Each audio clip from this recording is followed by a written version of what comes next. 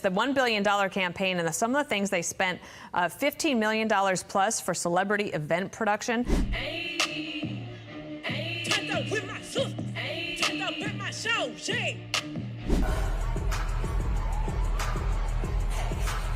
It appears that the Kamala Harris campaign, despite raising over $1 billion, still ended up some $20 million or so in debt. We're now learning more about these celebrity splurge expenses. The Harris campaign paid $1 million to Oprah Winfrey's productions company on October 15th. They said Beyonce is coming to sing, and she came, but she didn't sing. And then Kamala came on as Beyonce was leaving without singing even one song, and they booed the hell out of both of them. If we can't handle campaign money the right way, how can taxpayers, how can Americans possibly trust us that we would handle taxpayer money the right way?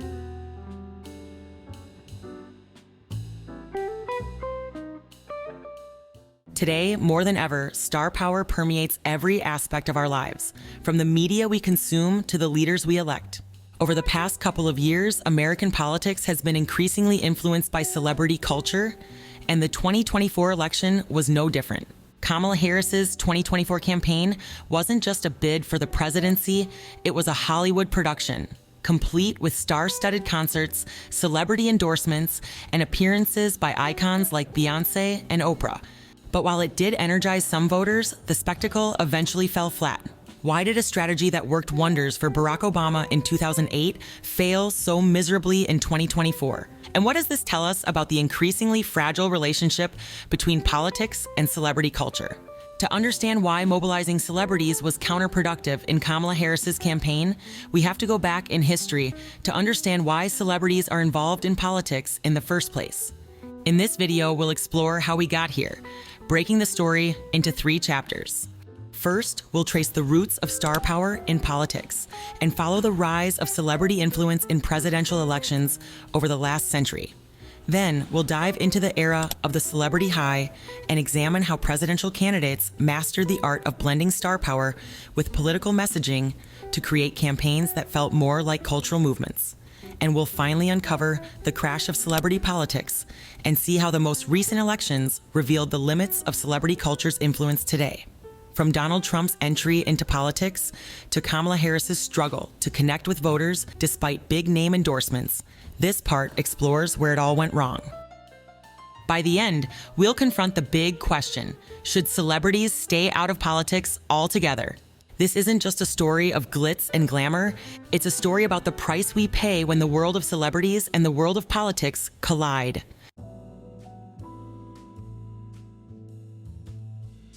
For over a century, celebrity endorsements have long served as a bridge between the political arena and popular culture. They've been used to connect with voters in new and compelling ways. The 1920 presidential campaign of Warren G. Harding marked the first significant instance of celebrity endorsements in American politics and set a precedent for the intertwining of Hollywood and the political sphere. Mary Pickford, who was known as America's Sweetheart, and Al Jolson, a popular singer and actor, lent their substantial star power to Warren Harding's campaign. Mary Pickford's endorsement was particularly impactful in an election where women were voting nationwide for the first time, following the ratification of the 19th Amendment. Her support helped Warren Harding tap into this critical new voting bloc and showcased how celebrities could bridge the gap between politicians and specific demographic groups. By the 1944 presidential election, celebrity endorsements had evolved into a more strategic tool. A then 62-year-old Franklin D. Roosevelt was running for an unprecedented 4th term during World War II and garnered support from Frank Sinatra. At the time, Frank Sinatra was a rising star who embodied youthful energy and charisma. His performances at campaign events and his radio appearances resonated with younger audiences, who saw him as an emblem of vitality and hope. The synergy between Frank Sinatra's public image and Franklin Roosevelt's campaign message of resilience reinforced the president's appeal at a critical moment in American history. In 1960, the presidential campaign of John F. Kennedy took celebrity endorsements to new heights by integrating entertainment into the very fabric of the campaign. Frank Sinatra once again played a key role, but his involvement went beyond public appearances. He adapted his hit song High Hopes into a campaign anthem tailored to Kennedy. Everyone wants to back Jack. Jack is on the right track 'cause he's got high hopes. The song became a rallying cry that resonated at campaign events and drew widespread media attention. This partnership with Frank Sinatra positioned John F. Kennedy's campaign as modern and charismatic. The use of endorsements during this era emphasized authenticity and a sense of shared values between celebrities and their audiences. But it also laid the groundwork for the increasingly strategic and pervasive role of celebrity endorsements in politics during the decades that followed. Ronald Reagan appears to be heading toward a landslide electoral victory tonight across the United States and all sections of the country. Ronald Reagan's ascension to the presidency marked a transformative moment in American politics, as he became the first true celebrity to hold the nation's highest office. Before entering politics, Reagan was a prominent actor in Hollywood, starring in films and serving as president of the Screen Actors Guild. His Hollywood background was not just a footnote, but a central element of his political persona, allowing him to connect with voters on a personal level. Reagan's celebrity status gave him a unique ability to communicate through mass media, presenting himself as a relatable, charismatic leader during a time when the nation craved optimism and stability. Bob Hope is a man of remarkable accomplishments. He's been America's most favored comedian, and it gives me great pleasure to tell you that in honor of this occasion, the state legislature has unanimously passed a bill naming you California's foremost citizen. I vetoed it. Reagan's presidential campaigns skillfully leveraged his Hollywood ties, rallying the support of high-profile figures like Frank Sinatra, Charlton Heston, and Bob Hope. These endorsements were not only a testament to Reagan's personal relationships within the entertainment industry, but also a signal of a broader cultural shift. For the first time, the Republican Party actively embraced celebrity power as a tool to amplify its message and broaden its appeal. His second campaign for re-election in 1984 further demonstrated the Republican Party's embrace of celebrity culture. Endorsements from Arnold Schwarzenegger, Sylvester Stallone, and Elizabeth Taylor showcased a coalition of stars willing to align themselves with Reagan's vision of America. For decades, the entertainment industry had been dominated by liberal voices, but Reagan's ability to leverage his celebrity status shifted this dynamic and gave conservatives a foothold in the cultural landscape. However, back in the Reagan years, pop culture and celebrities took a back seat and served as occasional accents to a broader narrative centered on policy and ideology. But that was until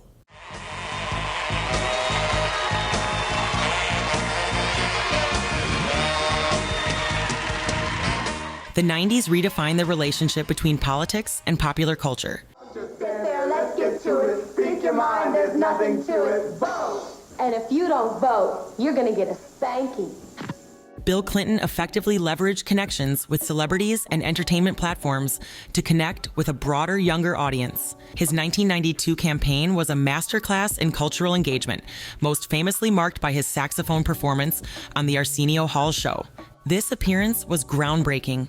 It showcased Bill Clinton not just as a politician, but as a charismatic, relatable individual who could engage with audiences on a personal level. The moment resonated with younger voters and signaled a shift in political campaigning where relatability and pop culture savvy became just as important as policy proposals. Hollywood figures such as Barbra Streisand, Tom Hanks, and Whoopi Goldberg amplified this appeal by using their platforms to endorse Bill Clinton and energize his campaign. These endorsements not only underscored Clinton's popularity among cultural elites, but also contributed to his image as a forward-thinking leader who understood the values and concerns of younger Americans. For his 1996 re-election campaign, he doubled down on celebrity endorsements, receiving support from stars like Robin Williams, Steven Spielberg, and Madonna. These collaborations highlighted the increasingly symbiotic relationship between politics and Hollywood, where celebrities served as influential intermediaries capable of mobilizing public opinion and boosting a candidate's cultural cachet. Bill Clinton's ability to integrate popular culture into his campaigns proved highly effective and set the stage for future Democratic candidates to rely on similar strategies. By the end of Clinton's presidency, the blueprint for modern celebrity endorsements in politics had been firmly established. This evolution marked the transition into the 21st century, where celebrity involvement in politics became an integral, carefully managed component of political strategy. The 2004 presidential campaign between George W. Bush and John Kerry highlighted the growing importance of celebrity endorsements in American politics. Both candidates leveraged star power to energize their bases and appeal to younger voters. John Kerry's campaign leaned heavily on Hollywood's liberal support with an impressive roster of high-profile endorsements. Stars like Bruce Springsteen, Leonardo DiCaprio, and Ben Affleck actively campaigned for him by participating in rallies and events aimed at mobilizing opposition to Bush's Iraq war policies and conservative social agenda. One of the most notable efforts was the Vote for Change concert tour, led by Bruce Springsteen and featuring major acts like Pearl Jam, Dixie Chicks, and R.E.M. Although Hollywood overwhelmingly leaned liberal, George Bush found support from a smaller but vocal group of conservative-leaning celebrities. Figures like Arnold Schwarzenegger, who'd just been elected governor of California, Ted Nugent, and Kid Rock endorsed George Bush as they aligned with his emphasis on national security, family values, and faith. But one of the most memorable celebrity-driven voter initiatives of the 2004 election was Sean Diddy Combs' Vote or Die campaign. Today is a day that will go down in history. I'm here to announce my campaign plans. But I regrettably will not be announcing my plans to run for the President of the United States. I'm sorry. Under his Citizen Change organization, Diddy aimed to increase voter turnout, particularly among young, urban, and minority populations. The bold slogan, Vote or Die, emphasized the high stakes of the election by making voting seem like a life or death decision. The initiative attracted a wide array of celebrity supporters, including Mary J. Blige, Mariah Carey, and Paris Hilton. These stars wore the campaign's iconic t-shirts, attended rallies, and promoted voter registration efforts across platforms like MTV and BET. The campaign's visual branding and dramatic messaging resonated with younger audiences and made voting not just a political act, but also a cultural one. Ultimately, the 2004 election reflected the growing sophistication of celebrity involvement in politics, where star power began transitioning from an optional asset to a central component of campaign strategy. While Kerry's Hollywood backing energized progressive voters and brought cultural cachet to his campaign, it ultimately failed to overcome Bush's stronghold in key swing states. Bush's fewer but strategically aligned endorsements reinforced his messaging among conservative voters and proved that star power alone could not decide an election. Diddy's campaign, despite its mixed impact, marked a significant moment in celebrity-led voter mobilization. Its success in increasing youth turnout showed the potential of pop culture to engage traditionally disengaged demographics. But it also underscored the need for more targeted and strategic efforts, a lesson that would inform future campaigns like Barack Obama's 4 years later.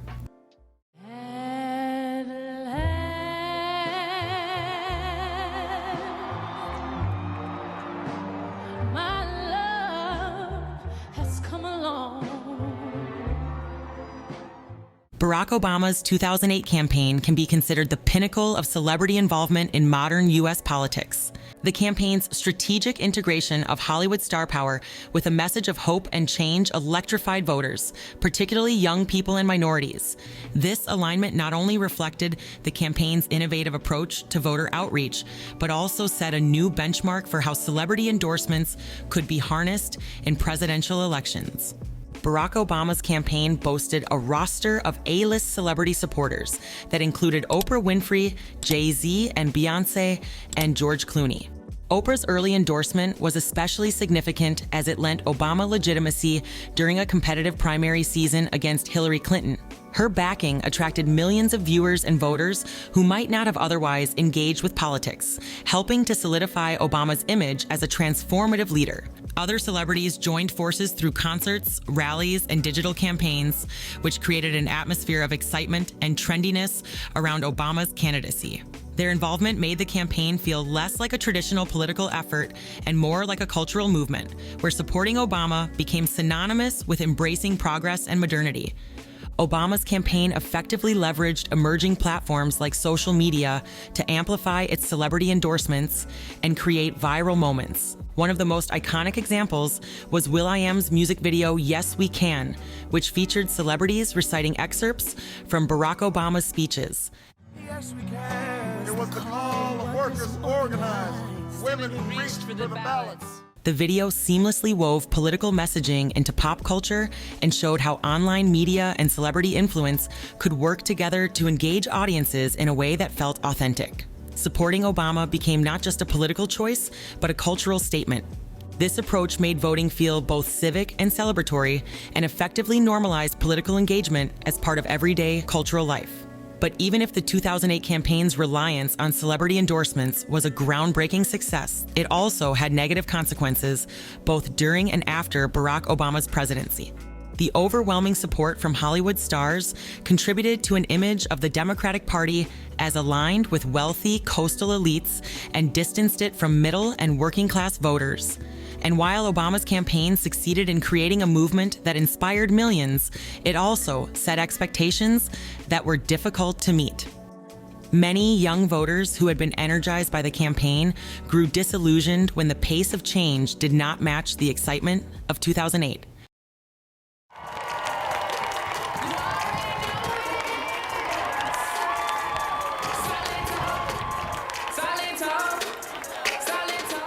Hillary Clinton's 2016 presidential campaign tried to replicate the celebrity-driven excitement of Barack Obama's 2008 campaign, but it fell short.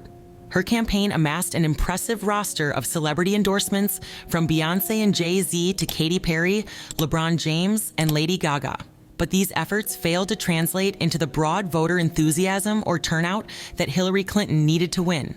Instead, the reliance on celebrity surrogates deepened a pre-existing perception of Hillary Clinton as out of touch with working-class voters and furthered a narrative of elitism that Donald Trump skillfully exploited. The heavy presence of celebrities in the campaign reinforced the perception that the Democratic Party was increasingly aligned with Hollywood and wealthy elites. This narrative was particularly damaging in 2016, a year marked by rising populist sentiment internationally. Donald Trump's campaign capitalized on this dynamic by portraying Hillary Clinton as the embodiment of an out-of-touch establishment. Moreover, the optics of celebrity endorsement events sometimes worked against Hillary Clinton's campaign. Performances by pop stars in glittering costumes, singing empowering anthems, seemed disconnected from the economic anxieties of voters in Rust Belt towns facing job losses and wage stagnation. While celebrities helped to generate headlines and social media buzz, they failed to inspire the same level of grassroots energy that Obama's 2008 campaign had achieved. And unlike Obama's campaign, Hillary Clinton's relationship with celebrities often felt less organic and more transactional. For younger voters who were key targets of Clinton's celebrity strategy, these endorsements often came across as inauthentic. Instead, her efforts to tap into celebrity culture sometimes came across as a distraction from substantive policy discussions. So what's something that you always carry with you? Hot sauce. Are you getting information right now? Hot sauce. Hot sauce in my bag, Swag? Hot sauce. Really? Yes. Now listen, I just want you to know, people are going to see this and say, okay, she's pandering to black people. Is it working? Her comment about carrying hot sauce in her bag, made during an interview on the popular radio show The Breakfast Club, was widely interpreted as a reference to Beyoncé's 2016 hit song, Formation. While she probably intended the remark to be a lighthearted way to connect with the predominantly black audience of the show, it was perceived by many as a blatant and awkward attempt at pandering to the black community.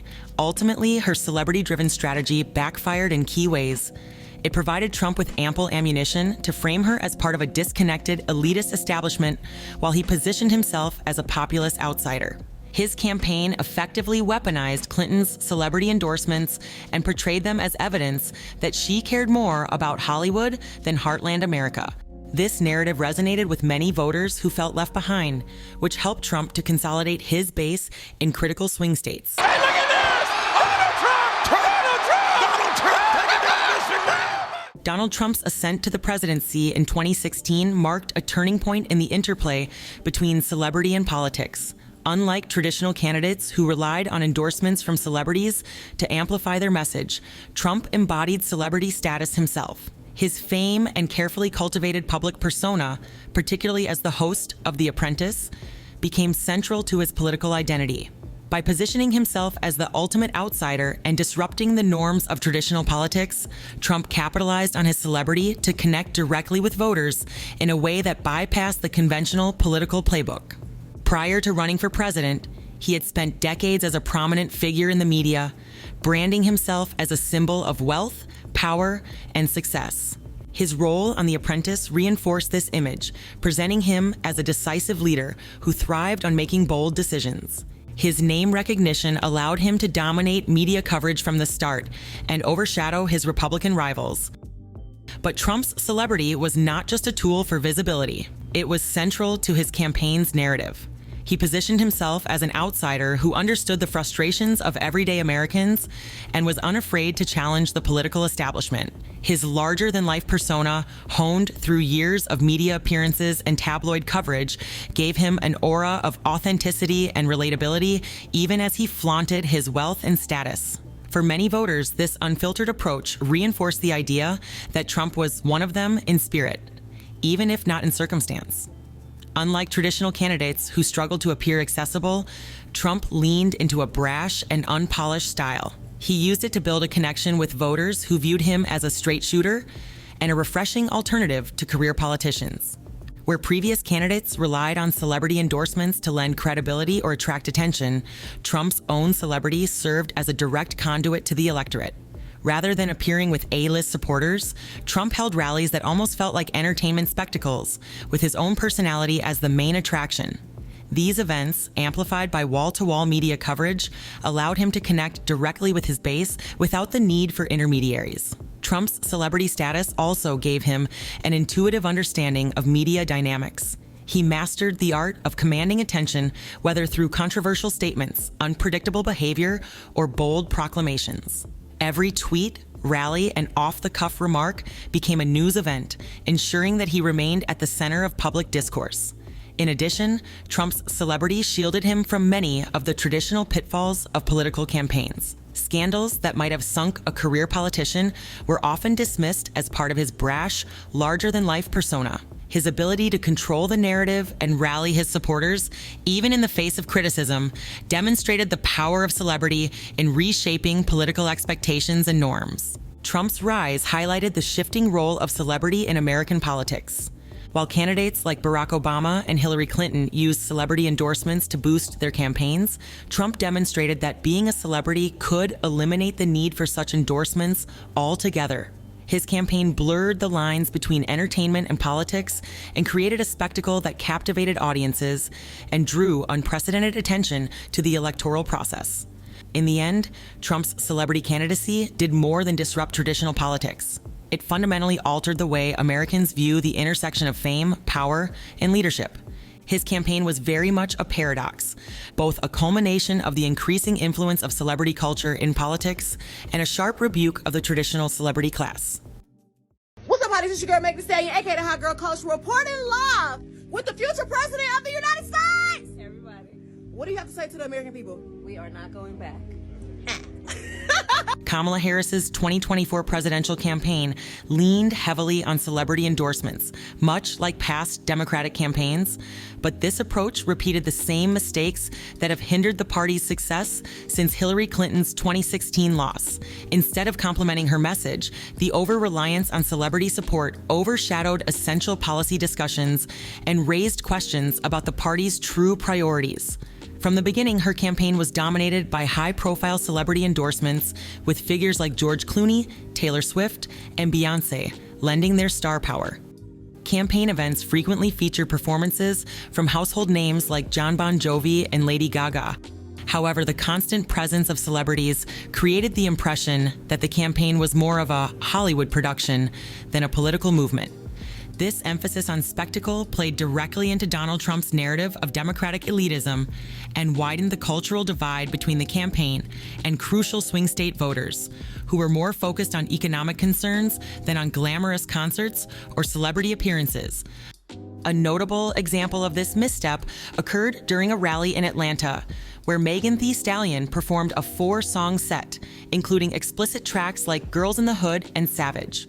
While the performance energized some attendees, it sparked widespread criticism, and Donald Trump quickly seized the opportunity to mock Kamala Harris for relying on concerts to attract crowds, even dubbing her Crazy Kamala on social media. A similar issue arose during Harris's largest rally in Dallas, Texas, where Beyoncé's surprise appearance drew a massive crowd. But many attendees left after her speech and skipped Kamala Harris's address entirely. This moment highlighted the limits of relying on celebrity spectacles to sustain political momentum, as it became more about the celebrity performance than any political engagement or support for Harris's policies. The overinvestment in celebrity-driven events also had significant financial consequences for the campaign. In the final stretch of the election, the campaign organized concerts featuring artists like Christina Aguilera, Katy Perry, and 2 Chainz, reportedly costing up to $20 million. Many insiders criticized the decision to prioritize celebrity concerts over more traditional outreach methods like targeted advertisements or grassroots organizing. A particularly controversial event was the star-studded town hall hosted by Oprah Winfrey titled Unite for America. Although Oprah denied personally receiving payment, it was revealed that the Harris campaign paid $1 million to Oprah's production company for the event, which drew criticism for such a large expenditure. This raised further questions about the campaign's priorities, as voters in economically distressed areas felt neglected, while millions were spent on celebrity-driven events. It's also worth noting that with the political and cultural landscapes shifting dramatically, the power of celebrity endorsements has waned, especially in a climate where public trust in celebrities has been significantly eroded. In the post-Me Too era, scandals surrounding figures like Sean Diddy Combs have added to the perception that many celebrities are out of touch, or worse, embroiled in moral controversies. By relying on Obama's 2008 playbook, the Harris campaign failed to recognize how these cultural shifts influenced voter perceptions. For many Americans, the aspirational allure of celebrity has turned into skepticism, making celebrity endorsements less effective than they once were. In the end, the campaign's failure to adapt to the evolving political landscape, along with its misallocation of resources, played a significant role in its defeat. If the Democratic Party hopes to regain its footing in future elections, it will need to move beyond superficial celebrity support and refocus on addressing the issues that matter most to voters. Comedians, comics, trumpet players, baseball players. Show me in the white community where a singer is a white leader, or a dancer or a trumpet player is a white leader. These aren't leaders. These are puppets and clowns that have been set up over the white community and over the black community by the white community, and have been made celebrities and usually say exactly what they know that the white man wants to hear. While celebrities may wield significant influence, particularly in the age of social media, their involvement in political matters raises serious concerns about authenticity, manipulation, and the potential to perpetuate elite-driven agendas that fail to address the real needs of the people. In a famous 1963 interview, Malcolm X pointed out the stark contrast between the role of celebrities in black communities versus white communities. Here, Malcolm X argued that black celebrities were often elevated not for their leadership or advocacy for the people, but because they were willing to align with the interests of the dominant power structure. He saw them as tools of the establishment used to maintain control over the black community by validating the intentions of white politicians, who were not necessarily committed to addressing the systemic issues affecting black people. But this critique extends beyond the black community and touches on the broader implications of celebrity involvement in politics. Celebrities often exist within a bubble of wealth, privilege, and public adoration, which makes it difficult for them to understand or represent the lived experiences of average citizens. When political campaigns or movements lean too heavily on celebrity endorsements, they risk reducing complex issues to performative acts. And as Malcolm X warned, the involvement of celebrities can turn political campaigns into spectacles designed to momentarily distract voters from the structural issues that need to be addressed. The question remains, should celebrities stay out of politics, Perhaps the answer lies in whether they're genuinely willing to use their influence to serve the public good, rather than bolstering their own image or the political elite.